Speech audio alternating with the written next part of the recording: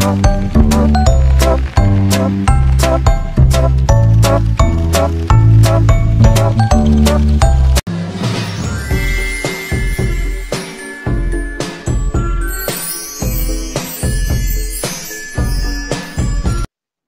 afternoon, sir. We are the book club, and we were going to do the reports that you have assigned to us through video. And for today's discussion, we were going to discuss about cultivating inner peace.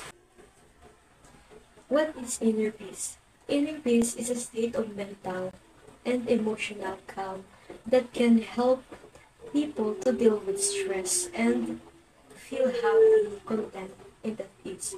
So, ibig sabihin, which is yung peace of mind ng isang tao is nakakatulong. Yun yung tumutulong sa isang tao to deal with stress.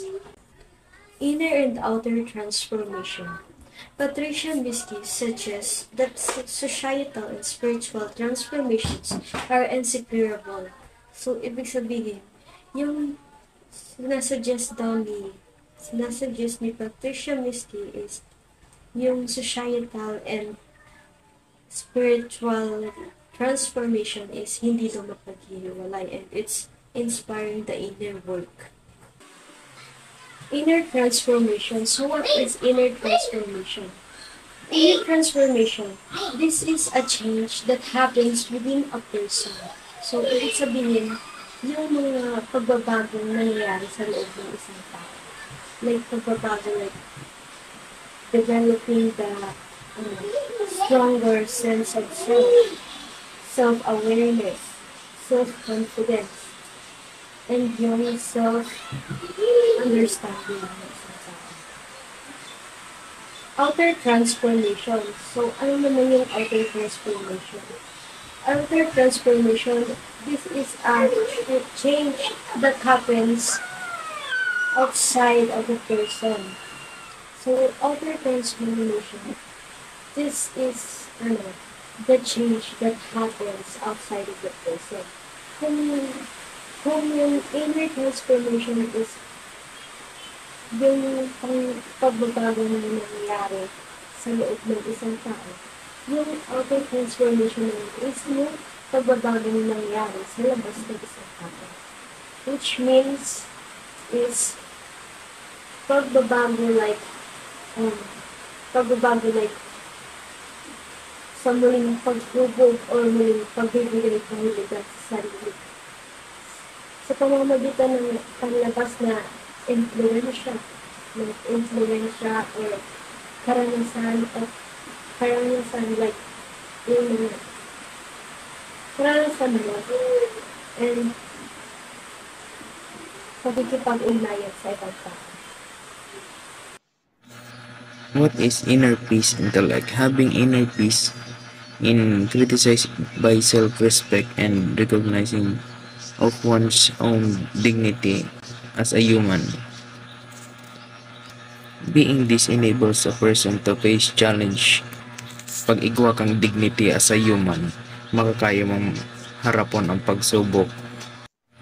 Personal pace also suggests that we respond to negative action directed to us in positive way. For example, we forgive rather than take revenge and continue to do good other despite the hurt that the other may have influence on us that we can feel better.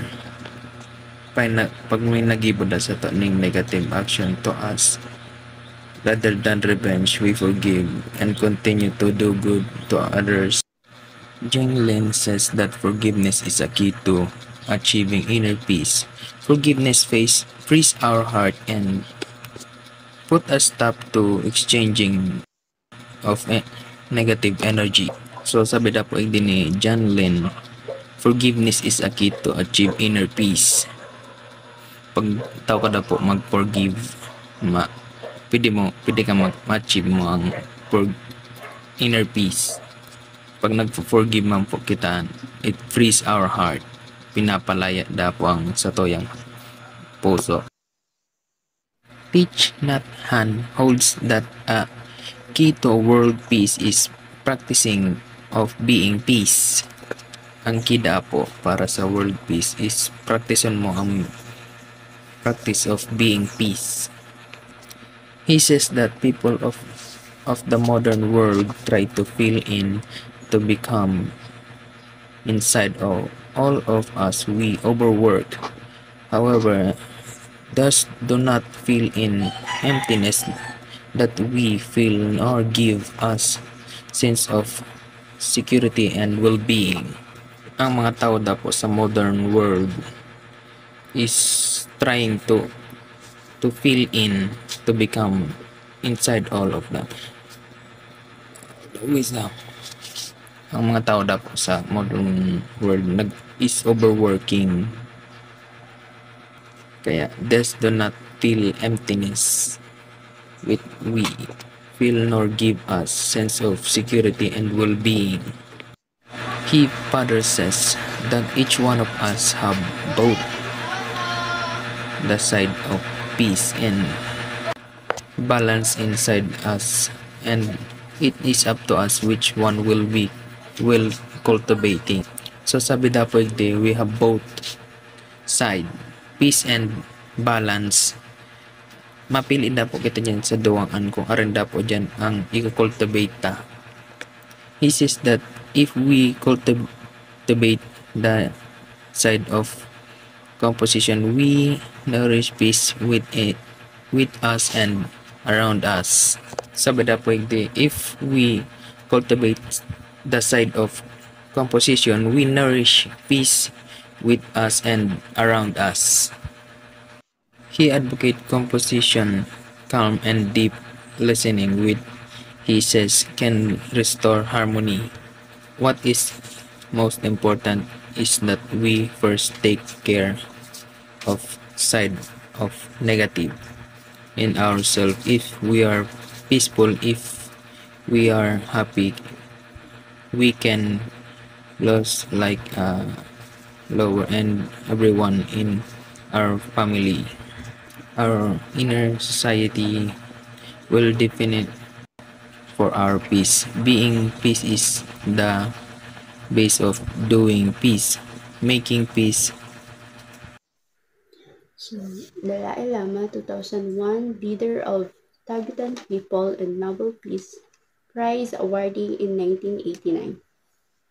He explains that a calm and wholesome state of mind has beneficial effects on our health and physical well-being.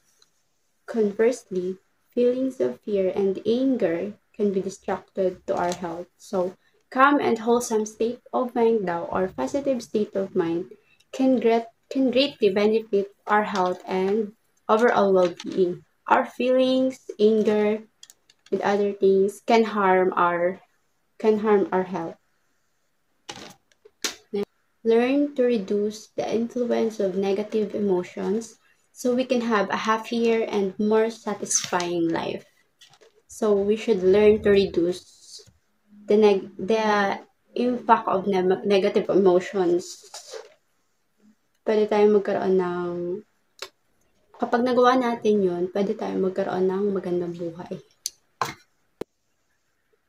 When people are caught up with the idea of acquiring more and being rich without making room for anything else in their lives, it can result into losing the dream of happiness. So, ibig sabihin, if nakapokus ka lang sa mga wealth and possessions mo without balancing other aspects of life, you might lose the sight of true happiness. Yan ang ibig sabihin ni Dalai Lama dito sa sinabi niya. So, next, encourage people to be something more than their titles, incomes, and possessions. So, ibig sabihin, dito, ini-encourage niya yung mga tao, or ini-encourage niya ang mga tao to see themselves as more than just their titles, income, and possessions. Kumbaga dapat kumbaga, ini-encourage niya tayo na wag lang tayo mag-focus dito sa isang bagay na to kung ano meron tayo or kung ano tayo ngayon. Inaano niya na meron pa tayong mas mai-improve, ganun. Parang ganun. May mai-improve pa tayo. May mangyayari pa sa atin sa future na mas maganda. He asks people to recognize that it is not their social position or looks that are important, but rather what they do to promote lasting happiness in their heart and in their society. So he asks people to understand that what truly matters is not their social status or appearance, but their actions that contribute to lasting happiness for themselves and their community. Finally, he says peace is not just the absence of violence, but involves satisfaction, happiness, and tranquility. It is an expression of compassion and caring a life without a fear. So sabi niya, peace is not just the absence of violence, but involves satisfaction, happiness, and tranquility. So peace is not just the absence of violence. He explains here that the true peace is not just the absence of violence, but it includes feelings of satisfaction, happiness, and tranquility. An expression of compassion and caring a life without a fear. So it's kumbaga ang peace, it is also about showing compassion, ganun, and care, and living a life free from fear.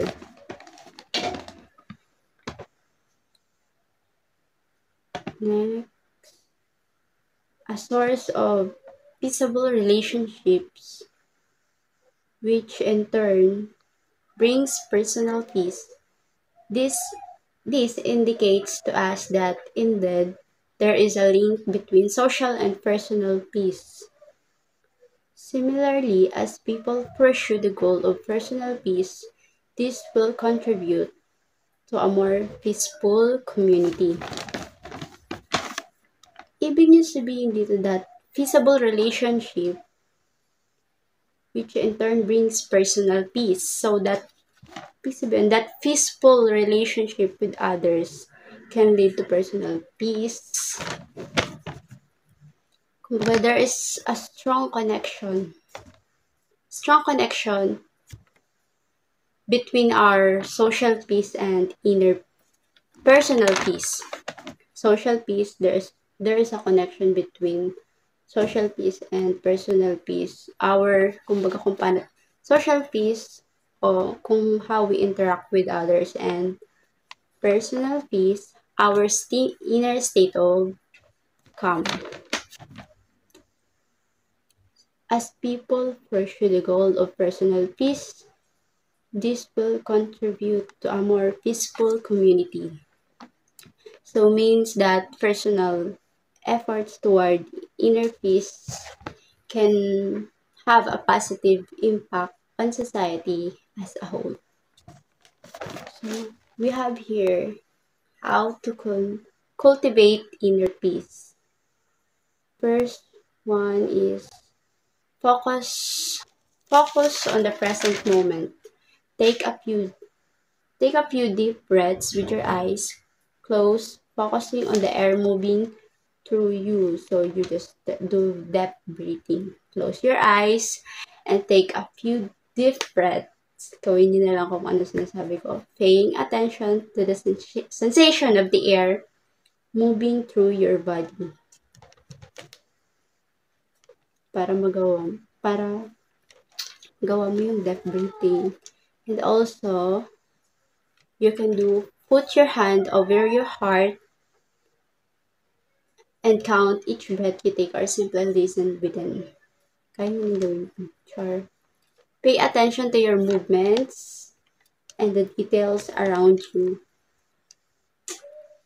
Like the sensation in your body and the sound you hear and the sight you see. Kumbaga, focus ka nga sa present moment kung anong meron ka, kung anong nasa paligid mo ganun. So, dito na nga yung sinasabi ko na mag-focus. Bring mindfulness to your movements and what is around you, feel and watch every detail. Other. Dito na nga yung sinasabi kong focus ka lang kung anong nasa paligid mo. Next, designate something as an anchor to your peaceful present moments, like the face of your watch, veins in your wrist, or anything you can focus on quickly and easily to bring you back to a feeling of peace. So, you choose part of your body to focus that can bring yourself back to a peaceful. Sabi niya nga dito, halimbawa, face of your watch, veins in your wrist, yung kung anong part ng body mo ang makakapag-pabalik sa'yo, ay makakapag-focus sa'yo, or makakapag-pabalik sa peaceful mo. So, number 2 of how to cultivate inner peace, create daily peace practices. When you start and end your day with activities that calm and center you, the time in between will become peaceful as well. There are unlimited ways to do this, and it is important to choose what feels right and you are willing to commit to. So, sabi niya dito, by starting and ending your day with peace practices that center you, you create a foundation already of tranquility that can influence the rest of your day. So, dapat you should learn to create a daily peace practices. So, here are some ideas to get you started. We have journaling, write daily gratitude, meditation, prayer, pay attention to the beauty and magic in each day, looking for heart shapes around you, walking in nature, reading meaningful or uplifting material. So each of these practice offers a way to focus on your mind. Number 3, live simply. Inner and outer clutter are distracting and complicate our lives. On some level, they keep us on edge all the time. Creating a physical environment that is peaceful and calm will nurture the same within you. Take a careful look at your space calendar and the people in your life. It may be time to let some things go. So, sabi niya nga dito, we should reduce both physical and mental clutter in our lives because clutter can be distracting and make the feel constantly on the edge. So, dapat yung mga hindi na kailangan sa buhay nyo, sure, you should let them go. And also, by creating a peaceful and calm physical environment, we can sense of peace within ourselves kapag meron tayong peaceful environment. Number 4, don't marinate your upsets. Don't marinate in your upsets. Give it a minute or two, let the feelings dissipate on its own. Any of the tools above for returning to the present moment. Ask yourself if being upset is serving you, and if not, let it go. Sure. Move into neutrality by observing yourself and the situation. Imagine you are watching what is happening on a movie screen. Bring compassion and understanding to all involved, knowing everyone is doing the best they are capable of in that moment. So, ibig sabihin dito, don't marinate in your upset, so means that not to dwell or continuously think about your negative emotions or frustration. Don't let your feelings affect you for a long time. It's better to acknowledge and let them go. They are not they are not helping you. If you do this can help you more and maintain a positive and peaceful life and or became a peaceful mindset. And that's all our presentation entitled Cultivating Inner Peace. I hope may natutunan po kayo sa amin, ng mga ka-groupmates ko. Thank you. Haters talk, but there's nothing you can tell 'em.